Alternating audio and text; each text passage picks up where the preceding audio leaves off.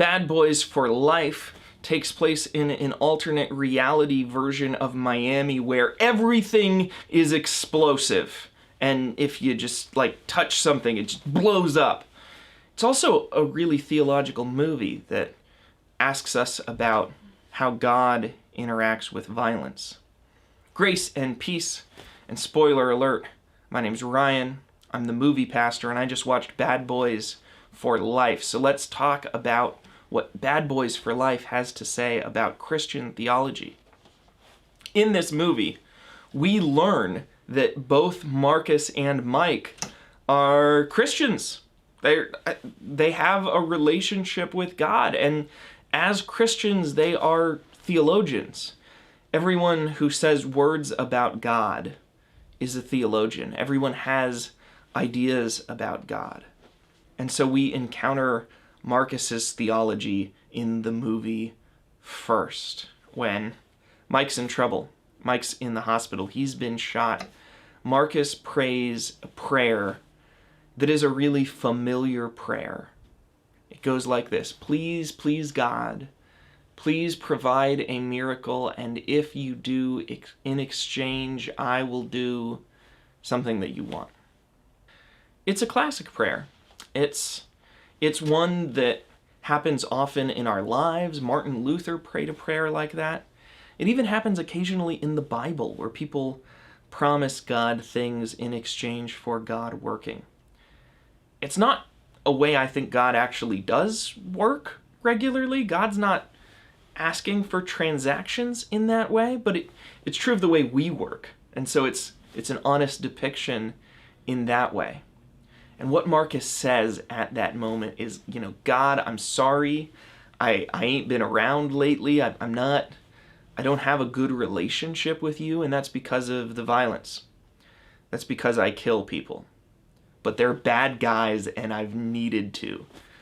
So in Marcus's world, he says, I have made the intentional decision to distance myself from God in order to fight bad guys. And that's just what I've needed to do, but God, I'm going to stop. And he tries to. Marcus proceeds, and he tries not to be a bad boy anymore. When Mike gets better, he says, I've made a promise to God, I'm retiring. And when he kind of comes out of retirement and he does, there's always one last job, right? It's a movie. He tries to do so in a way where we're not going to be bad boys anymore. We're going to be good men. We're going to be good men. That's such an interesting concept. What happens when the bad boys become good men? Well, Mike suddenly enters the conversation. He has opinions about this.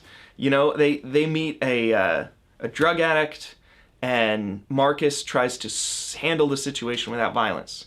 He says, I'm going to reach out to him. I'm going to touch his soul with my heart, because that's another way to deal with enemies. You could deal with enemies by trying to conquer them, or you could deal with enemies by trying to inspire them with a non-violent, third-way creative solution by turning the other cheek. Well, he gets beat up pretty bad.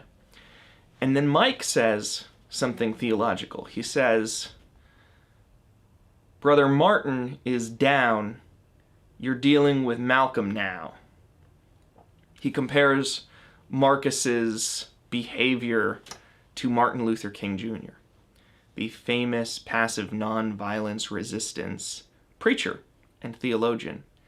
And he says, I, Mike, am Malcolm X. We're going to handle this by any means necessary. And if we have to resort to violence, we will. It's worth it in order to accomplish what we're doing. When Marcus gets a Gatling gun, Mike again offers a theological justification for violence. He says, hey, remember David and Goliath. Maybe this is a miracle. Maybe God gave you a Gatling gun so that you could kill people. Have you considered that? Is there a way in which we can twist theology to justify my ends, my desires, what I want to accomplish? And Marcus, he's convinced by that. I mean, he leans into Mike's way of thinking, which is Marcus's way of thinking. But he also hangs on to some of this inspiration he received from this resistance, this pulling back. I think that's really cool. It's neat that in Bad Boys we get more background on these characters we have known for decades now. We get to hear more about Mike's upbringing, and we get to hear more about kind of where Marcus comes from personally and why it is that he's always been the family man.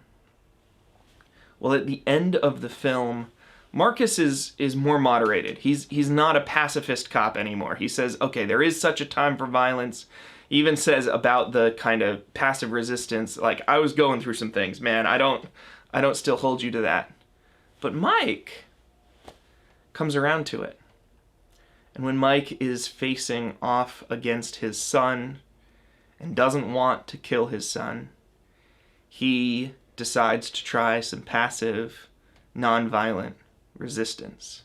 And he says, what I'm going to do is I'm going to touch his soul with my heart. And it works. The best way to defeat an enemy is to turn them into a friend. That's what Jesus taught us. And so I agree with Marcus at the beginning of the film. I understand. I sympathize.